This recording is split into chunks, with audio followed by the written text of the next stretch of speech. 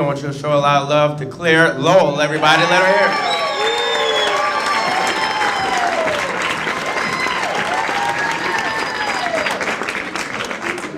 Hi, I'm Claire. Fly me. Remember that? National Airlines, back in the day when people actually liked to fly. Back when Northwest was an airline and not a Kardashian. Now all anybody talks about is how shitty flying is. Flying has gotten so bad, right? I disagree with that. Because I think flying has always been shitty. I mean, I remember years ago I asked a stewardess, could you change my seat? I'm next to a crying baby. And the bitch refused. Because apparently it's not allowed if the baby is yours.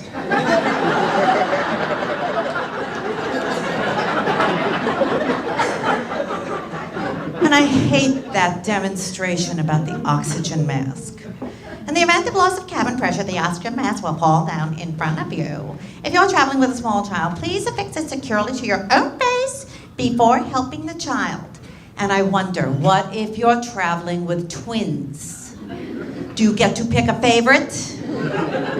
I'm so sorry, Johnny. I always liked Janie better. So I went to Vegas a little while ago, and it was a last-minute booking, and I got the dreaded middle seat. And I was wedged between a weightlifter and a prison guard in tank tops and running shorts. Both of whom had lifted up the armrests because their man spread was out of control.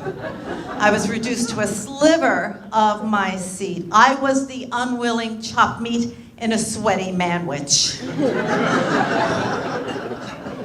Flight attendant comes down the aisle with the beverage cart, took one look at me, felt so sorry. I got a whole can of Coke and 2 bags of smoked almonds.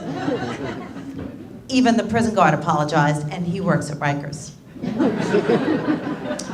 So my daughter moved out a little while ago, my baby, and now my husband and I are empty nesters. You know what psychiatrists call empty nesters?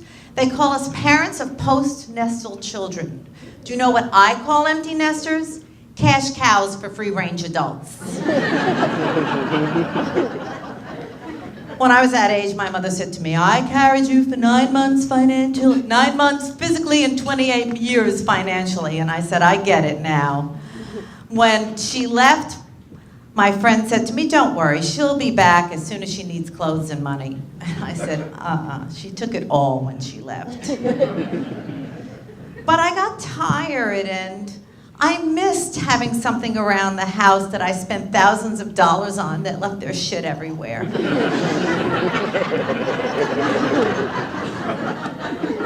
So we got a dog. My husband said, what do you want to get a dog for? I mean, that thing is going to monopolize all of your time, require constant care and feeding, and die before you know it. And I said, you know what? You have a point. I mean, what do I need that? I already have you. But then he came around, and then the question became, what kind of dog should we get? So I wanted a poodle. My daughter wanted a rescue dog because, like, they're so appreciative of all the love and affection you give them. And I said, I get it, unlike human children. My husband wanted a German Shepherd because that's a man's dog. That is the alpha's alpha. That proves that he is in control. So we got a poodle.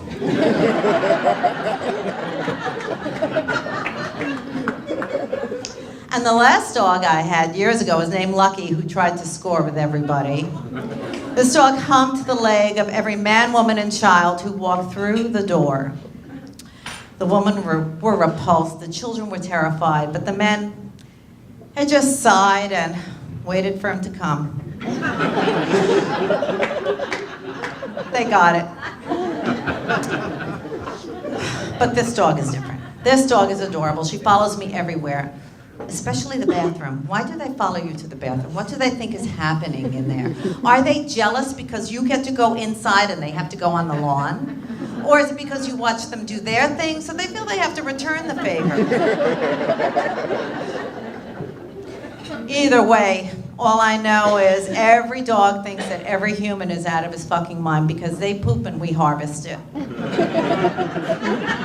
So, my daughter's a yoga teacher, and she's trying to get me to join the cult because people who do yoga are so much better than people who don't do yoga.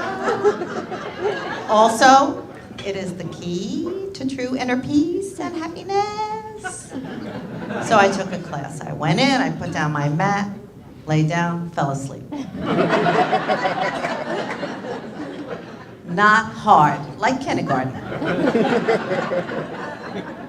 People say the hardest thing about yoga is getting into those convoluted positions with your butt is over your head and holding them. And I say no. The hardest thing about yoga is getting into those goddamn positions with your butt over your head and not farting.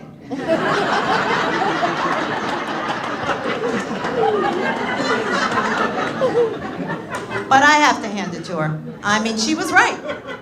She was right. I did feel superior to my non-yoga friends. And I did discover the key to true inner peace and happiness. And that is signing up for 6 months of yoga class and only going twice. Namaste.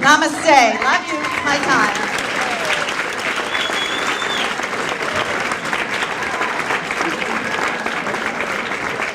One more time for Clare Lowell, everybody!